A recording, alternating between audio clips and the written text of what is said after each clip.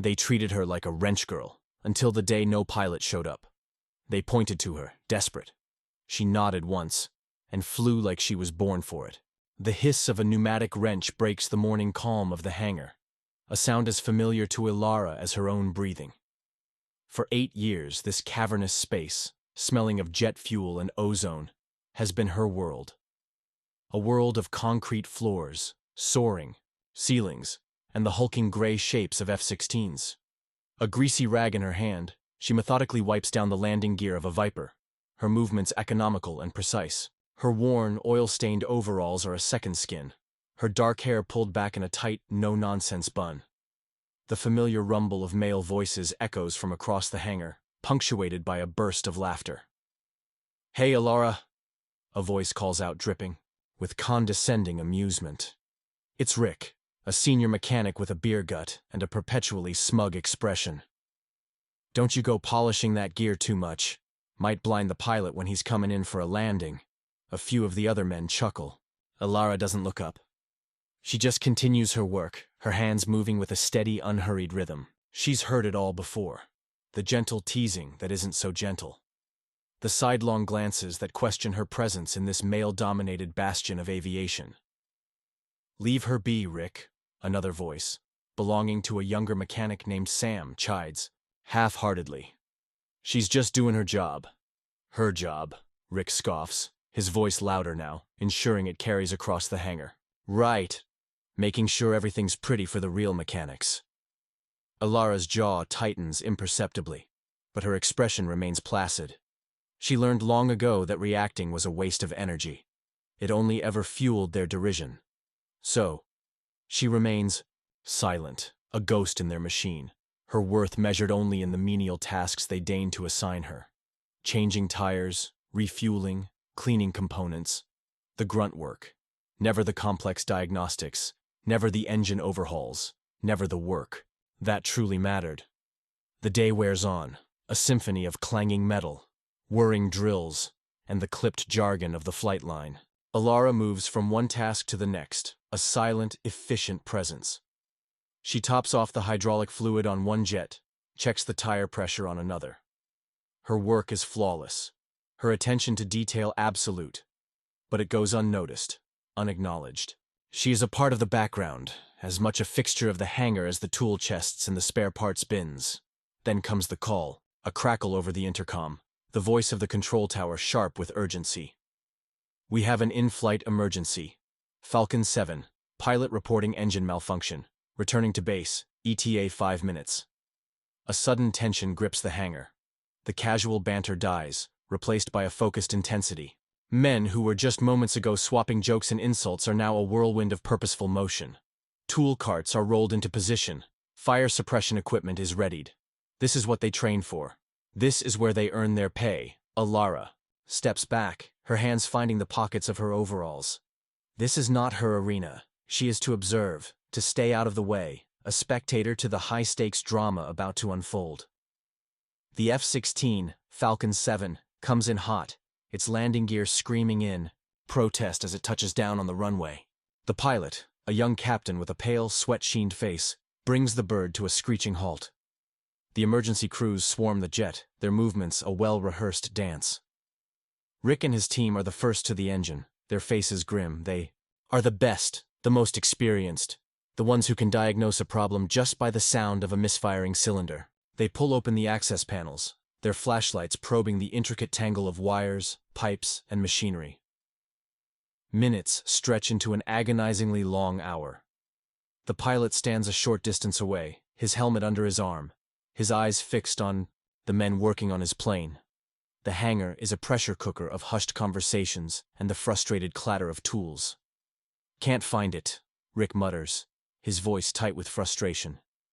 He wipes a grimy hand across his forehead, leaving a black streak. "We've checked everything. The fuel lines, the ignition system, the turbine blades. There's nothing. But the onboard diagnostics are screaming about a critical pressure drop." The wing commander, a stern-faced colonel with an eagle's gaze, has arrived on the scene. He stands, with his arms crossed, his presence adding another layer of pressure to the already tense atmosphere. "What's the status, Rick?" We don't know, sir, Rick admits, his voice strained.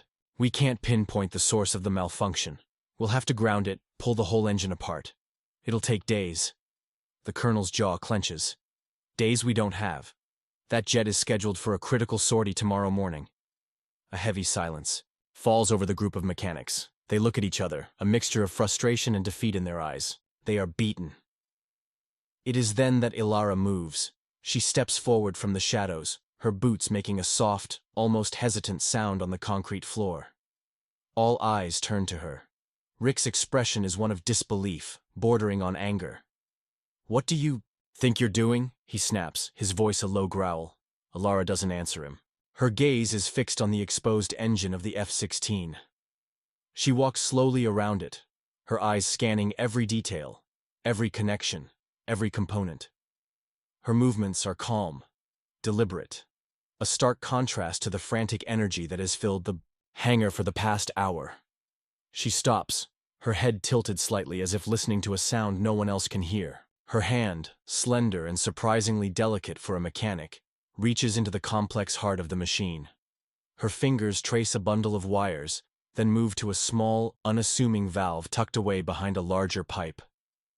A small, knowing smile touches her lips, a sight so rare it's almost startling. There, she says, her voice quiet but clear, cutting through the tension in the hangar. It's not the engine. Rick lets out a derisive snort. And what would you know about it? You've never been cleared for anything more complicated than a damn oil change. Ilara ignores him. She turns to the wing commander, her expression serious, her voice steady. Sir, she says, a note of quiet authority in her tone that no one has ever heard from her before. The problem is in the secondary bleed air duct. There's a microfracture in the pre-cooler. It's causing a resonance cascade that's tricking the sensors into thinking the engine is failing. The colonel stares at her, his brows furrowed in a mixture of surprise and skepticism. The other mechanics exchange confused glances. What she is saying is highly technical, a level of diagnostic assessment far beyond her supposed training. Show me, the colonel says, his voice a low command. Ilara nods. She picks up a nearby borescope, its fiber-optic cable snaking from her hand. With a practiced ease that belies her 8 years of menial labor, she feeds the scope deep into the intricate workings of the jet, her eyes fixed on the small monitor. The image on the screen is a dizzying maze of metal and wiring, but Ilara navigates it with an unerring confidence, her fingers making minute adjustments to the scope's controls. And then, she stops. There, sir, she says, her voice still quiet, but now laced with a steely certainty. On the screen, a tiny, almost invisible crack in a metal pipe is starkly clear. A faint wisp of vapor, invisible to the naked eye, pulses from the fracture in time with the engine's low hum. A stunned silence descends upon the hangar. The mechanics, the ones who had mocked and belittled her for years, can only stare, their mouths agape. Rick's face is a mask of disbelief, his smug superiority draining away to be replaced by a dawning, uncomfortable realization. The colonel leans in closer, his eyes widening in comprehension. He looks from the screen to Ilara, a new light of respect in his gaze. How did you know? He asks, his voice barely a whisper. Ilara finally pulls her gaze away from the engine, her eyes meeting the colonel's.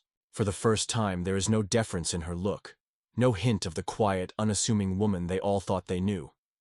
There is only a calm, unwavering confidence. Because, she says, her voice echoing in the sudden stillness of the hangar, I helped design it. A silence so profound it seems to absorb the very hum of the hangar's fluorescent lights settles over the assembled men. The clang of a dropped wrench echoes like a gunshot. Rick's face, pale under the grease and sweat, is a canvas of raw disbelief. The other mechanics just stare, their minds struggling to reconcile the woman who quietly swept floors and changed tires with the woman who had just diagnosed a fault that had stumped their entire senior team. You what? The colonel finally breathes, his voice tight. He takes a step closer, his eyes searching Ilara's face for any sign of deception. The variable bleed valve system for the F-110 engine, Ilara clarifies, her tone as even and steady as a heartbeat.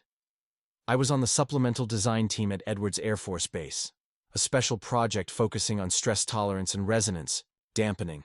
She doesn't offer anymore. She doesn't need to.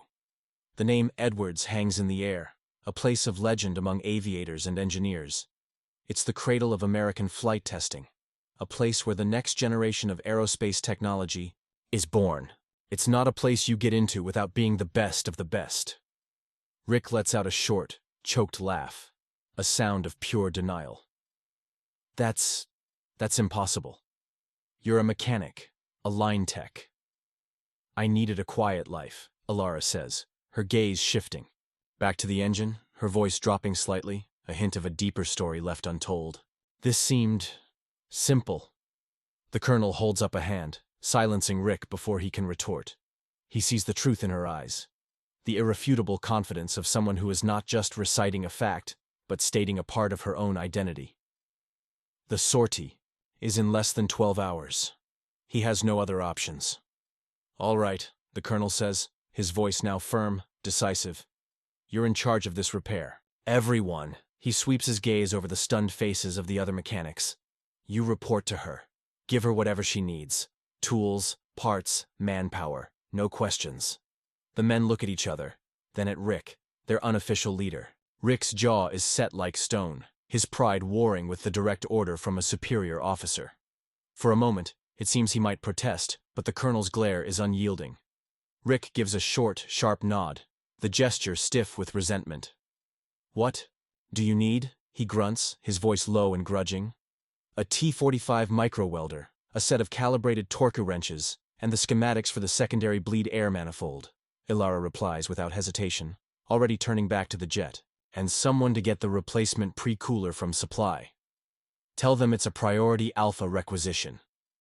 The words fly from her lips with an effortless authority.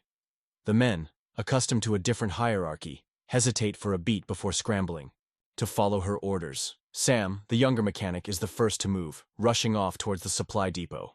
The others begin pulling out tool chests and consulting digital manuals, their movements now guided by her clear, concise directions. The next 2 hours are a blur of controlled, intense activity. The hangar transforms from a scene of frustrated failure to a theater of high-precision engineering, and Alara is its conductor. She moves with a grace and economy that is almost hypnotic. Her hands, which they had only ever seen holding a rag or a grease gun, now handle complex instruments with the delicacy of a surgeon. She doesn't raise her voice. She doesn't bark orders. She simply states what is needed, pointing to a specific bolt, calling out a precise torque value. Her knowledge of the machine seemingly infinite. Hand me the 7/16, she says to Rick, not looking at him, her entire focus on the delicate task of aligning the new pre-cooler. Rick wordlessly places the wrench in her outstretched hand. There is no more mockery in his eyes, only a grudging, bewildered respect. He watches her work, her movements so certain, so fluid. He's been a mechanic for 20 years, and he knows, with a sinking certainty, that he is watching a level of mastery he will never achieve. Just as she begins the final micro-weld, a new voice cuts through the focused atmosphere. What in God's name is going on here? It's Captain Miller, the pilot of Falcon 7. He has been watching from a distance, but his patience has clearly run out. He strides over, his flight suit zipped down, his face a mask of anxiety. Colonel, they told me the bird was grounded. Now I see. Her, he gestures towards Alara, leading the repair. With all due respect, sir, she's a junior tech. I'm not betting my life on a patch job done by a rookie. Before the colonel can respond, Alara finishes the weld. A perfect, clean seam glows, for a moment before cooling. She retracts the welder and looks directly at the pilot. The repair will hold, Captain, she says calmly. You can't know that, Miller retorts, his voice rising. That system is tied into the primary flight controls. One pressure fluctuation at Mach 2 and my control surfaces could lock up.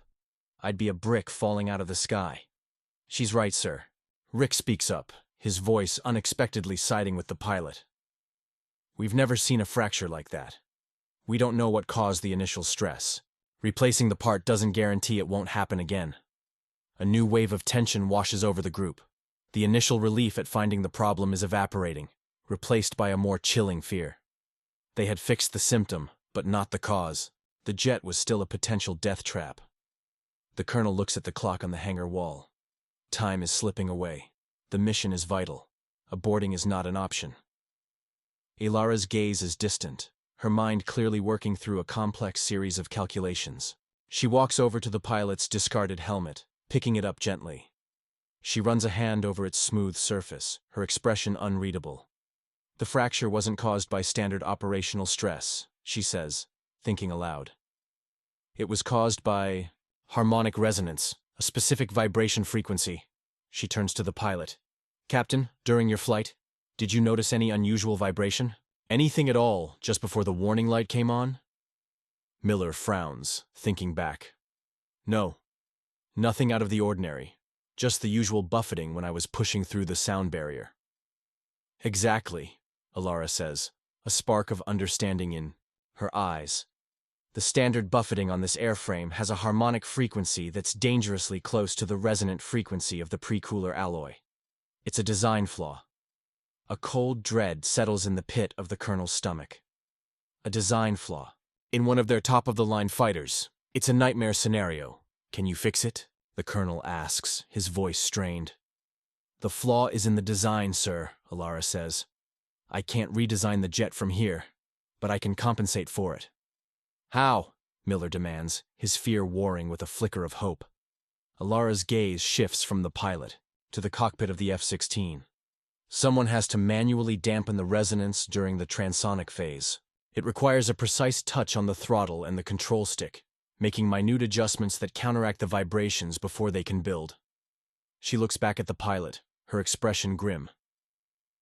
The onboard computer can't do it. It's not programmed for it. It has to be done by feel. A heavy silence falls. They all understand what she is saying. The only way to ensure the jet is safe is for the person flying it to possess a level of technical understanding and sensory feedback that no standard pilot's training could ever provide. They would need to feel the vibration building through the very frame of the aircraft and know exactly how to respond. They would need the instincts of an engineer and the hands of a pilot, all at the same time. Captain Miller looks pale. I can't do that. I wouldn't know what to feel for. The colonel turns his hard gaze on Ilara. His face is a mask of grim necessity. The mission, the pilot's life, the integrity of his wing. It all rests on this one, impossible moment.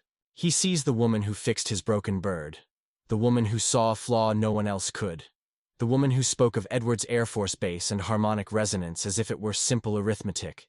He is out of time and out of choices. No, he says, his voice low and absolute, his decision made. You can't do it from the ground. He takes a step toward her, his shadow falling over her. The entire hangar holds its breath, sensing the shift, the crossing of a line from which there is no return. Get her a flight suit, the colonel commands, his voice ringing with an authority that leaves no room for argument. She's going with him. The colonel's command hangs in the air, sharp and heavy as a guillotine's blade. A flight suit. For her. The idea is so preposterous, so far outside the rigid lines of military protocol, that for a moment, everyone thinks they have misheard. Captain. Miller is the first to find his voice, a strangled sound of protest. Sir, you can't be serious. She's a civilian. She's not rated for this aircraft. I can't take an unauthorized passenger on a combat sortie. It's against every regulation in the book. She's not a passenger, the colonel says, his eyes locked on Ilara, ignoring his pilot. She's essential personnel. Ilara finally looks away from the aircraft, her calm composure showing its first crack. A flicker of something deep and guarded passes through her eyes. No, she says, her voice quiet but firm. I can't. That wasn't a request. The colonel fires back, his patience worn to a thread. I am a civilian mechanic, Colonel, Ilara states, her voice gaining a hard edge. You can't order me into the cockpit of a supersonic fighter jet. I won't do it. I'm not asking you to fly it, he presses, stepping closer until he's invading her space. I'm asking you to save it, to save him. He jerks his thumb toward the pale-faced pilot. You said it yourself. It has to be done by feel. Who has a better feel for that machine than the person who knows its deepest flaws? A tense standoff ensues. The hum of the hangar is the only sound. Rick and the other mechanics stand frozen, watching a drama unfold that is far beyond their pay grade. They are witnessing the immovable object of a quiet woman's will meet the unstoppable force of a wing commander's desperation. "You don't understand," Alara says, her voice dropping to a near whisper, a deep well of old pain shadowing her face. "I can't go up there." "Give me one good reason," the colonel demands. Alara's jaw clenches. Her gaze sweeps over the faces watching. Her, the skeptical pilot, the demanding colonel, the shame-faced mechanics.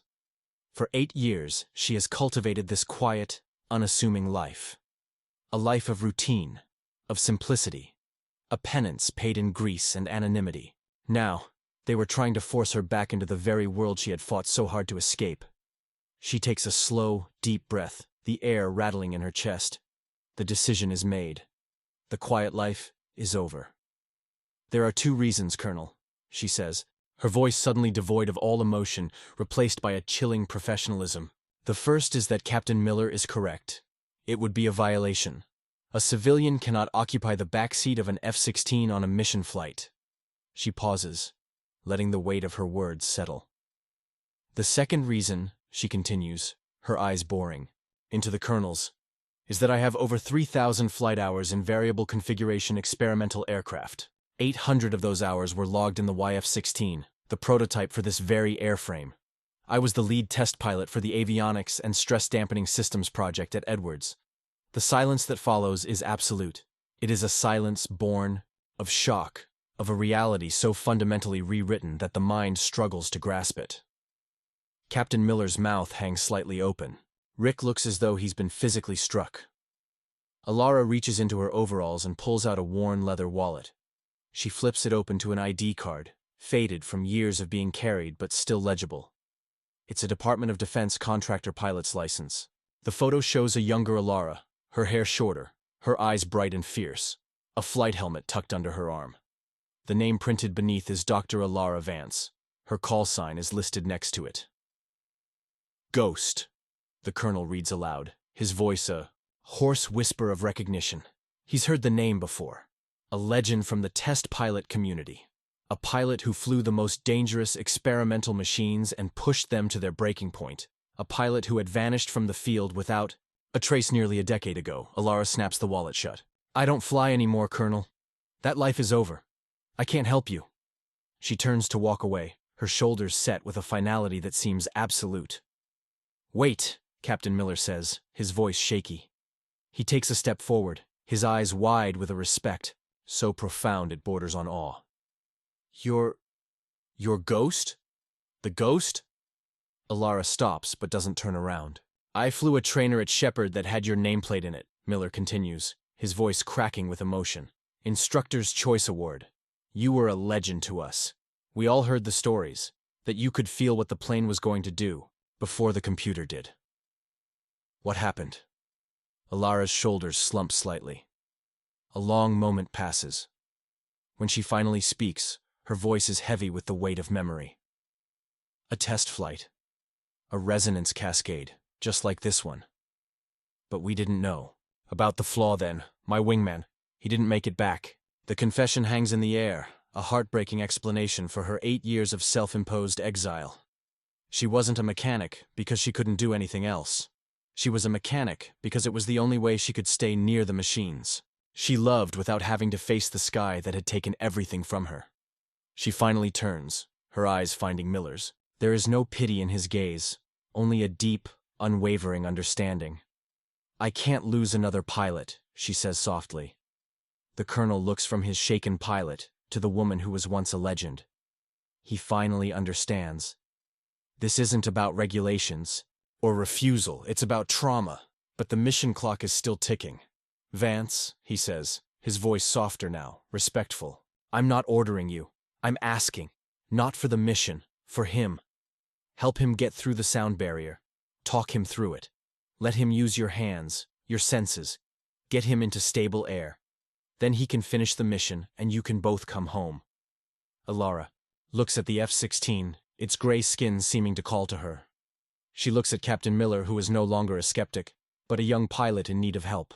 The ghosts of her past swirl around her, but the reality of the present is a man's life hanging in the balance. A slow nod is her only answer. The transition is a blur. A flight suit is found. As she zips it up, the familiar feel of the Nomex is like a forgotten dream.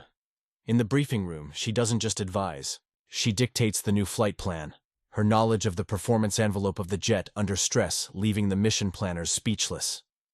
In the cockpit, buckled into the rear seat behind Miller, she is transformed. The sounds of the canopy, ceiling, the hiss of the oxygen, the low hum of the avionics coming online, it's all a part of her. Comms check. Miller's voice crackles, laced with nerves. "I hear you, Captain," Alara's voice replies, impossibly calm, impossibly steady. "Call me Ghost." They taxi to the runway, the roar of the F-110 engine a familiar thunder. They take off, a gut-wrenching push of G-force that she welcomes like an old friend. They climb, a silver dart piercing the deep blue canvas of the sky. "Approaching transonic," Miller reports, his breathing audible over the comm. "0.9 Mach. "I feel it," Alara says. "You feel it too?" In the rudder pedals, a slight shudder. "I do," he confirms, his voice tight. "Don't fight it," she commands, her voice a calming presence in the chaos. "Match its frequency. Small inputs on the throttle, just a touch. Now." The jet begins to shake, the vibration building, the sound a low groan of stressed metal that seems to fill the cockpit. Miller's breathing becomes ragged. "It's getting worse," he yells. "Stay with me, Captain." Alara's voice cuts through his fear. "Listen to the airframe. It's talking to you. Ease the stick to the left, just 2 degrees. Let the pressure bleed off the starboard wing. Hold it. Hold it." The shaking intensifies, reaching a violent crescendo. For a terrifying second, it feels as if the jet will tear itself apart. Then, just as suddenly as it began, it's over. They punch through the sound barrier into the silent, stable air of supersonic flight. The jet is steady, the only sound the rush of the wind and the calm hum of the engine. Miller is breathing heavily, his voice choked with relief and adrenaline. "God, how did you—" "I listened," is all she says. They land an hour later. The mission a success. The hangar is silent as the canopy opens. The ground crew, the colonel, Rick. They are all there, watching. Alara unbuckles her harness and climbs down from the cockpit, her movements sure and steady. The flight suit feels like a second skin she is reluctant to shed. She walks past the assembled men, who part for her as if she were royalty. The colonel steps forward to meet her, his face etched with a gratitude that needs no words. He simply nods, a gesture of profound respect. Alara looks at him, then at the F-16, gleaming. Under the hangar lights, she has faced her ghosts in the high, thin air and come back. She is no longer just a mechanic, and she is no longer just a memory. She turns her back on the jet and faces the colonel, her expression calm, dignified, and imbued with a quiet power that resonates more than any engine's roar. "My tools," she says, her voice clear and even in the silent hangar. "I believe they're still over by the landing gear."